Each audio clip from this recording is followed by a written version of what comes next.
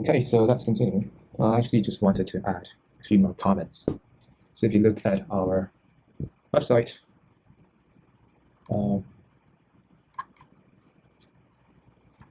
let's just look for the original post. Yeah.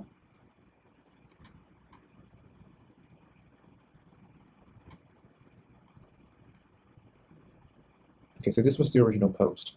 This is the first version, which is like 60 pages. And then here we have the full paper. So in this post, we have the full paper, right?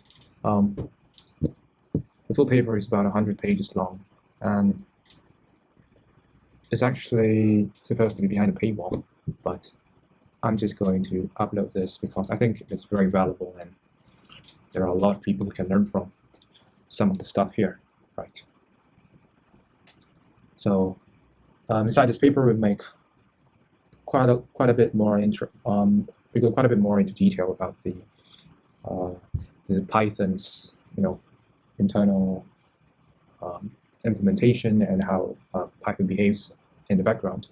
Also, we have quite a bit more the strategies that we demonstrate are also quite a bit different, right? So the optimizations we show are also quite a lot more interesting. Those that we're showing in our code right now are nice optimizations, but to begin with, they are not very complex to compute. But I think inside the alpha set, inside the original paper, we do quite a bit more interesting computations. We do some regression and stuff like that, and this takes really long, and then we show how to make it more efficient by defining some custom functions, thinking about the libraries that we call, whether we can. We also talk about interesting tools such as Number and Python, which is coding in C and things like that. So there we talk about things like Number, we also talk about Python and a lot of other interesting technologies. But inside this lecture series, we're not going to go into so much of the details. But if you're interested, we can. I will upload this paper and you can check out what we do over there, right? So that's one thing that I thought I would mention, is that the optimizations can get very interesting for other problems. So we did run quite a bit of optimizations, and now it runs in 9 seconds. One of the things that we considered was how to go forward and continue optimization. So actually one thing I also wanted to mention in relation to the previous lecture about having things inside the CPU cache registers when we do the computation is that it makes a lot of difference.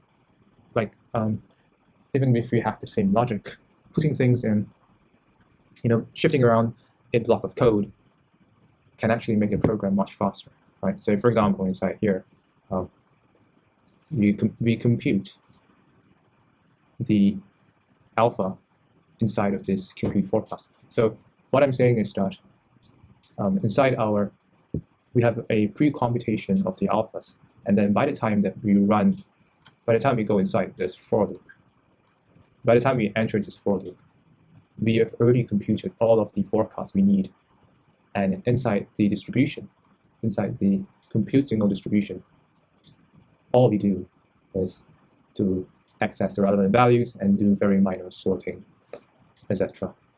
Right? But it doesn't have to be like that, right?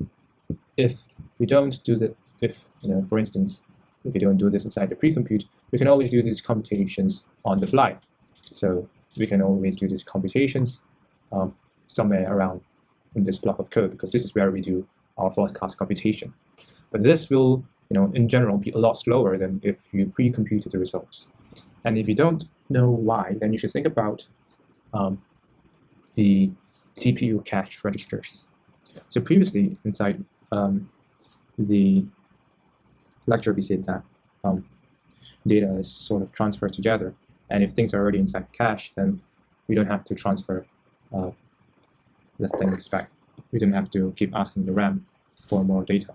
So what happens is when we ask for a block of data from the RAM, usually what will happen is the computer knows that it is very likely, if you are accessing these values, it is very likely that you will access the next value and values around it.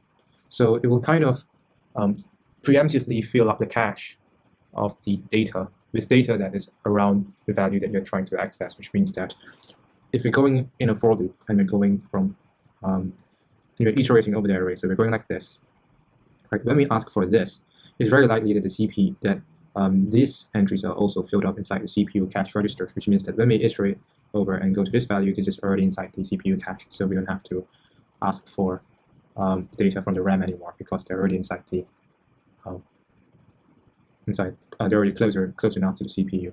So those are interesting things, right? Whereas on the other hand, if we have the alpha computation inside the for loop, right? So when we're inside the for loop, we will do some computation, then we do other computations that fill up the cache. Then by the time that we enter this logic inside the next iteration of the for loop, it's possible that we do not have the relevant data inside the cache anymore, which means we need to ask the RAM again for it, and this is going to be a lot of back and forth between the RAM and the cache and possibly the disk. So that's basically what we call memory locality, right? Okay, moving on, right? So we're going to save this as so that you can play around with this code. We're going to set this as set5. So then you can download this code and play around with it. So let's just save these Python files, and then let's compress it into set5, and I will upload this together with the full paper. And if you like the paper, if you enjoy the paper, then we have a lot of interesting posts on our website, so I do encourage you to sign up. And we have a lot of interesting discussions there with regards to both programming, trading, and things like that. Okay. So let me just delete all of these, and because we're already at 9 seconds, so I wanted to show you the power of vectorization. So let's run it. Let's go back and make this 200, right? And let's see how fast that runs. So let's go back to the fuller data set. Right. So let's I don't think we need to change any of the individual code. All we did was change inside this function, so I think the rest of the code should work as this. And let's see how our program does. So let's go here. We don't need to profile anymore, so let's delete the profiling and the profile here. Okay, so while this is running,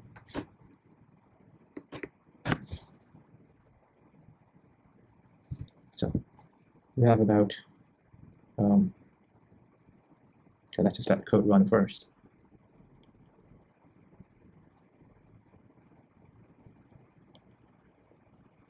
We said that we want to have, well, we have factorization.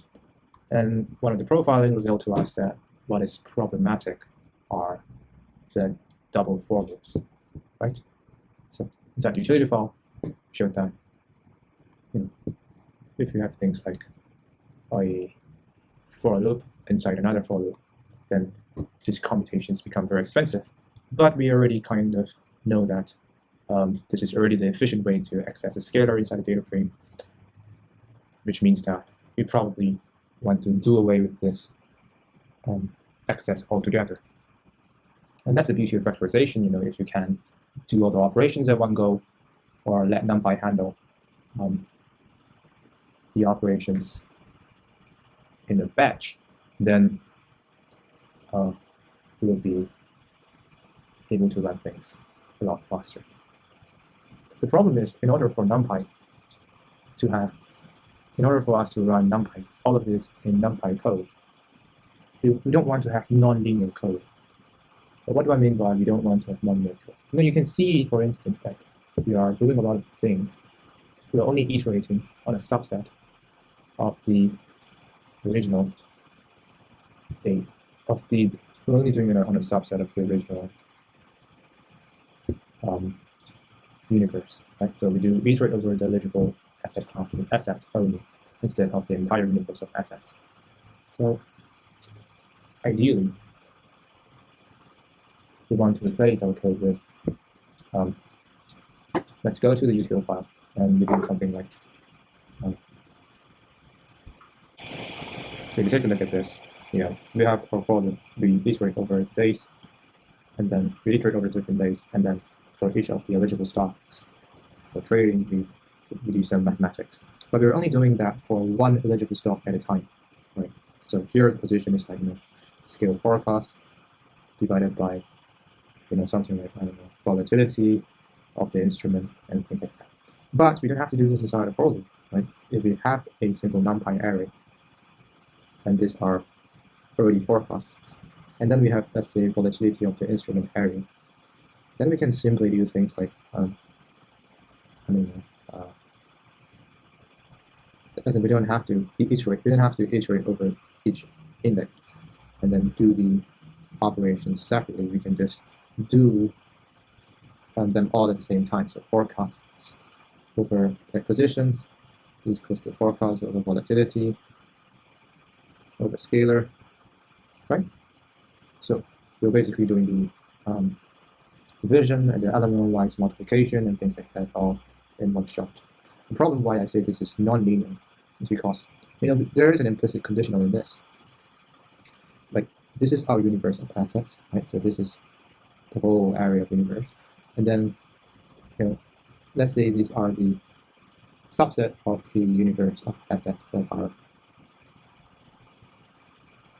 eligible for trading, and there's only this subset of the array that we are interested in computation, which means that inside each for loop, none of these data structures that we have, for example, inside the data frame, right? If we have an entire panel of data, with an alpha forecast, inside this row, we're only taking a subset of these values.